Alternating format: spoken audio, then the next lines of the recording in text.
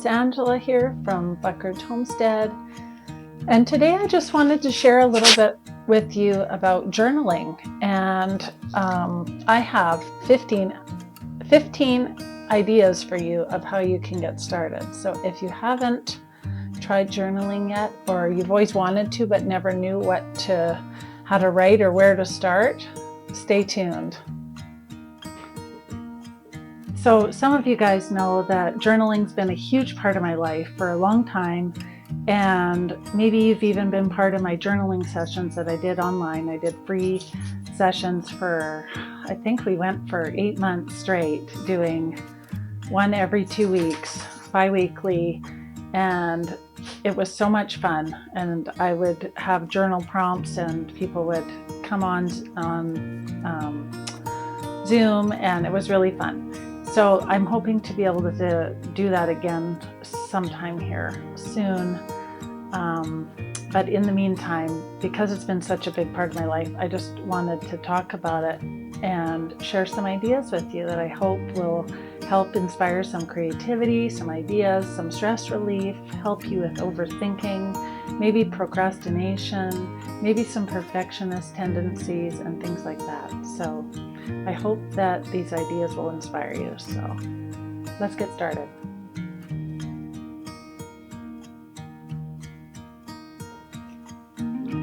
Okay, so for me, let's just first talk about why journaling.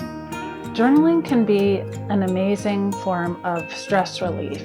If you are an overthinker like me, or tend to have a million ideas, it can be really helpful to get your ideas and stress out of your mind. And right now I'm going through a lot of mental strain and thought, and I just thought doing a video on journaling would be really helpful because it's something that I've been doing lately to try and clear my mind from so many things that are going on. So if that sounds like something that you do, you might really find it helpful to start journaling. It can also be a way to release stuff from your mind so that it's out of your mind and onto paper, and you've just let it go. And it doesn't have to sit there taking up space, because all that thoughts in your mind that are just taking up all that room just create no room for gratitude and healthy things to come in. So sometimes when we're overloaded with the negative thoughts, or just too many thoughts or racing thoughts, it's really helpful to get it out on paper. So that's what we're going to talk about today, is some different ways to get started, creative ways to do this. So let's first talk about what you need to journal. So over the years, I've had multiple journals and different things. I just grabbed a few. I can't find where I have the rest of them, but I've definitely had all types of different kind of books and things with ideas, from bullet journals to different books and different little notepads, to the one that I'm using right now, which is like just a coil bound notebook where I've been writing just everything of all my thoughts. So there's no rules. You can use whatever you want. All you need is some paper and a pen. It can be, you don't have to have something super fancy, although it can be a really great excuse to go get yourself a really beautiful notebook, if that's something that interests you. Oh, and before I forget, I have created a list of reflection questions to help you get started that looks something like this. And I'm going to link it down below, and it's to really help you have some prompts for you. So they're reflection questions to recognize internal thoughts and behaviors, things that might be holding you back. If you want to make changes in your life, it's really great. All you need to do is grab your journal and pen and dive in. So I will attach that below. And so let's get started on the creative ideas. So you might just have your journal and have your pen and think, well, I don't even know what to write. I have absolutely no idea where to even begin. And that's totally okay. It's totally okay. Sometimes you need some sort of prompt to help you get going, and other days words will just flow. So that's how it is for me. So I'm going to go on and start with number one thing to an idea to get started if you're totally blank is to make lists.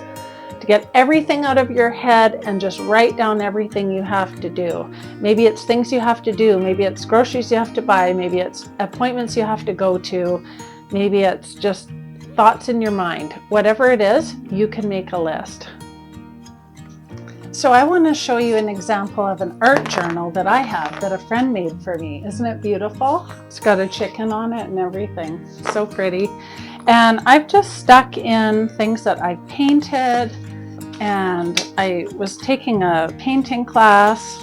I've got little cards from my children when they were little, and I've just kind of paper clipped things in here. Special notes that were written to me, a letter from my grandmother, and this can be really fun to do this, but I feel like if I let myself think that someone else is going to read it, I won't put in any journal what is true to me. So just keep that in mind when you're doing things, because if you're doing it to show other people, it's not always the case, but sometimes you can censor yourself, and it's really nice to truly get things out of your mind, clear your space.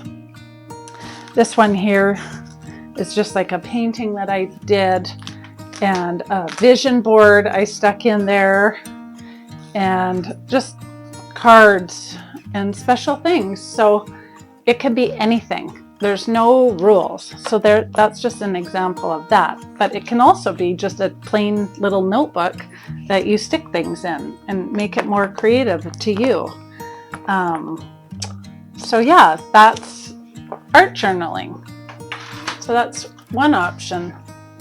So number 5, mind mapping. So mind mapping is when you're writing down a central topic. Say you are starting a business, or you are starting a new job, or you just want to write about something in particular. You can start with that center topic in the middle and have branches out with bubbles, just like you would for anything. So here's an example of any topic that I mean. So I made like different goals, and I started with something in a bubble, and then I worked my way out into different ideas. And so that's a great way to do it. And you can think about, okay, so if my topic is what are my goals, and then you branch out and have all your goals, and you'd have further branches out from there of breaking all those goals down and how you're going to make that happen. So that can be a really fun way to start journaling. So that's another way. That's number 5. So number 6 is bullet journaling. Now, I don't have my old bullet journal because I would think that, I don't know what I did, but I think I thought someone was going to read it, and it was really private to me. So I don't know what I did with that. I wish I had an example. But this is a kind of an example of bullet journaling, is when you take your book and Google it. Bullet journaling is huge, and if you want to do that, you can learn more about it online. It's a great way. It's very more precise. I feel it brings the perfectionist again out of me in that one, because you are usually making boxes or bullet points and different things like that. So this is kind of like a bullet journal style writing that I've done in this book. But it can also just be some bit of creativity added to it. So it's not just straight writing on a page like creative writing. So that's another great way to do it. You can also there's so much stuff with bullet journaling. I used to do that quite a bit. And like I said, I just found it to be that if I wanted it to look a certain way all the time, and so I didn't do it as much. So I find now that I'm more into just the creative writing, the stream of consciousness, and things more like that. Now, number 7 is gratitude journal. That's just a really simple, great way to start, is by being grateful for just writing down everything that you're grateful for and making as many points as you can. You can do it bullet points or dashes or just straight writing, anything you want. And you could do a gratitude journal where every day you write down your things you're grateful for at the end of the day, or maybe you want to do it in the morning with your morning coffee, about all the things you're grateful for the day or yesterday. And that's a really great way to start as well. I love what Eckhart Tolle says about gratefulness and gratitude, is about being grateful in the moment, because the moment is all we have. We don't have a second before this, and we don't have a second ahead of where I'm speaking right now, but being grateful for every single moment, because that's all we have. And if you do feel that way and write that way in your journal, he says that you will be 95% happier in life if you are grateful for the moment, whatever it is, because it doesn't matter what happened in the moment, negative or positive, stressful or happy, it's already over. So you can't change it anyway. And I love that. I love how he speaks about that. So gratitude journaling is a great one to start with. So our number 8 is a dream journal. Dream journal can be really fun. Now I have if you write down your dreams, or you're somebody that has vivid dreams and you want to start writing them down, that can be great, because if you get one of these kind of books, I have this one called the Dream Dictionary. Now I don't honestly believe that because a human being wrote this that's completely accurate, but it can be fun to look at different dreams and what they mean, because I've had some significant dreams that I feel like I have looked up after different meanings, and it was actually really accurate. Now that was just a specific incident that I remember, but it can be really fun to just write down different things that you dream, and then when something synchronicity happens later in life, you can go back into your dream journal and look and say, I had a dream about this. So that can be really fun. And also writing down what you think it means, and maybe looking up what it means, or just documenting your dreams in general. That can be really fun. So that's number 8. And number 9, that would be keeping a health journal. Now this could be so diverse. I can't even describe what you could do in particular, but you could, there's so many ideas. You could track your exercise. You could track your water intake. You could track your calories, your steps. You could be tracking different things like logging groceries even. You could log all sorts of different information. And that might help you get started journaling, just by logging and keeping track of things. So that can be really fun. And there's no formula for it. Nothing has to be perfect. You can just do it however that you want. There's no rules. And that's my favorite thing about journaling altogether, is there is no rules, and there is no ceiling on what you can do. The possibilities are endless. They're as high as whatever you can think of filling in your journal. So that's a great one. Also too, along the side of health journal is like thinking about different hobbies or hobby journaling. Maybe you have a specific hobby that you do and you just want to document and keep track of different things, or crafts that you do, and keep track of projects and ideas, and just have like a crafting journal. So that's a great idea too. The other number 10, the other idea that I had was keeping a garden journal. You could track what you're planting this year and what you're planting next year. You could write down frost dates. You could track the last day of when the snow melted and when the first frost came. So many things. All of your seeds, dates on when you planted them, types and varieties, favorite things, maybe things you don't want to plant again, things you definitely want to plant again. So that can be a really fun one.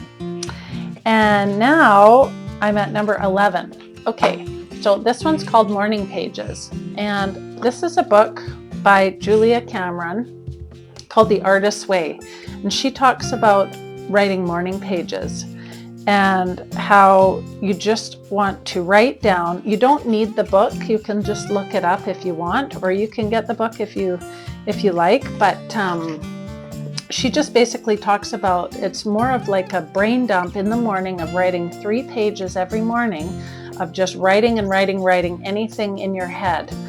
And I did this along with this as I read this book, and it is really, really helpful. And it's more along the lines, like I said, of the brain dump, kind of get everything out of your head. But it's really helpful to discover more of your creative self and like getting more thinking out of the box, and it's really helpful. And this is called An Artist's Way, A Spiritual Path to Higher Creativity. I also have a new book that I haven't read all the way yet that I'm still in the middle of called Write for Life by Julia Cameron again. And this is Creative Tools for Every Writer. And I'm finding that this book is great and really, really like getting my mind going for wanting to get my journaling out and do different ideas. And I just really like this. She calls it a 6-week program, but I just read it whatever I want, however often I want to read. I don't do it for 6 weeks. I don't put that pressure on myself. And that's another thing with journaling is don't pressure yourself that if you miss a day, it's ruined. It doesn't matter. Your journal is there. So you're always going to come back to it. It'll be there for you when you're ready to start again. And sometimes we just forget. We get so wound up in our day-to-day stuff that we forget that taking a few minutes for ourselves is really good self-care and really good for your mental health to just sit down and get back to writing something down on paper. So that's number 11. And number 12 is really simple. It can be more like the art journal. The idea is a travel journal. So if you're somebody that travels or does special things, and maybe you're an RVer and you go to certain destinations, you could keep a travel log. You could keep a log and photos and cards of all the different activities you did, or maybe you're just going to travel with your spouse and kids, or have a family adventure and make like a little memory book out of it. But it could help you start journaling by maybe even when you get home from your trips, you're logging different activities so you don't forget about them, and saving attraction tickets and gluing them in, or just writing about your travels and what you loved about different places where you want to go, maybe places you wouldn't want to go again, restaurants that you loved, receipts, tickets. You could stick anything in there. That could be really fun. So that was a travel journal, number 12. Now, number 13, I love because I used to do this when I was younger, and it's a nature journal. And I would love I'm going to do this again. I'm going to bring when I can walk farther and go hiking again, I'm going to have a nature journal again, because I used to bring a book with me. And when I go for walks or different things, you could collect leaves, you could collect different flowers, you could dry flowers and put them in there, or you could just sketch things. I brought things and drew things because I like to draw, and I just remember really enjoying that, sitting under a tree, stopping on a pathway, and just sitting down in the damp moss underneath the tree on a path, drawing what I saw. And that can be really fun. And just writing down your thoughts as you go for a walk. Using it as when you have a break. Sitting down, open your journal, have a 5-minute break, and write some things down about nature and your adventure in nature. That can be really fun. And the possibilities for that are completely endless. You could even take pictures of photos of things and put them in there. That would be really fun too. So that's 13. Number 14 Number 14 would be habit tracking. Keeping track of things that you want to do, things that you're already doing now, things that you don't want to do, things that you want to do more of. And there's so many ways to do that by writing down and keeping track. Maybe you do it in make a graph, maybe you print some pages off the internet, maybe you just do bullet points, but keeping track of all your habits of different things from different things, like we talked about the health journal and tracking water and exercise. Maybe you want to track thoughts and behaviors. Maybe you want to track things that you say and catching yourself saying things that you don't want to say, or you were proud of yourself that day, that you had a really great day. And you can use that habit tracker for every habit that you have. Maybe you want to quit smoking, maybe you want to quit doing something, and so you can track and log that. So that's a great simple way to get started for sure. And number 15, this one can be really, really powerful. And I've personally done this myself, and I've done it a few times, and it's writing letters to others. Now, this is not a letter that you write to others to give them, although it totally could be. If you want to do that, that's a totally another option. But you could also, this is more about writing letters to others and not sending them, saying whatever you need to say. Maybe you need to forgive someone. Maybe you feel that that you are asking for their forgiveness and they're not here anymore. Maybe you're writing to someone who's already passed away. Maybe you're writing to your spouse after having an argument. Maybe you're writing to something that is deeply hurt you or has affected your entire life, and you have never found a way to know how to confront this person. So letters to somebody else can be really, really powerful. And you can rip those out when you're done. You can burn them. It's really powerful to actually burn the letter after you write it. It can feel super releasing. And I really love that one of writing letters to somebody, even if it's just a one-page letter. And as a bonus one, number 16, my extra journal idea is to write a letter looking back on your life. If this was the last day of your life, what about writing a letter looking at all of your life? Thinking, just writing a letter to yourself. That could be really powerful. So writing a letter to yourself saying all of the things that you wish you would have done, all the things that you were happy you've done, all the things that maybe you worried about that are not important. And when you do write that and you are still here, it can be really powerful, a powerful motivator to change. So that one's kind of exciting and can be really deeply emotional too. So those are my ideas. I hope that you enjoyed the different creative ideas, and I hope that you try journaling if you haven't done it before, or you used to do it, or you've always wanted to do it and you just need to pick up that pen again and get going. And don't forget that my reflective prompts will be a free PDF in the description box below for you to print out or look at on your device, or use as a prompt. And I think there's almost at least 25 different prompts to get you started writing if you're totally blank. So I hope you guys have a great day. I really enjoyed doing this video, and I hope to come back to you with more journal ideas soon. And happy journaling, friends.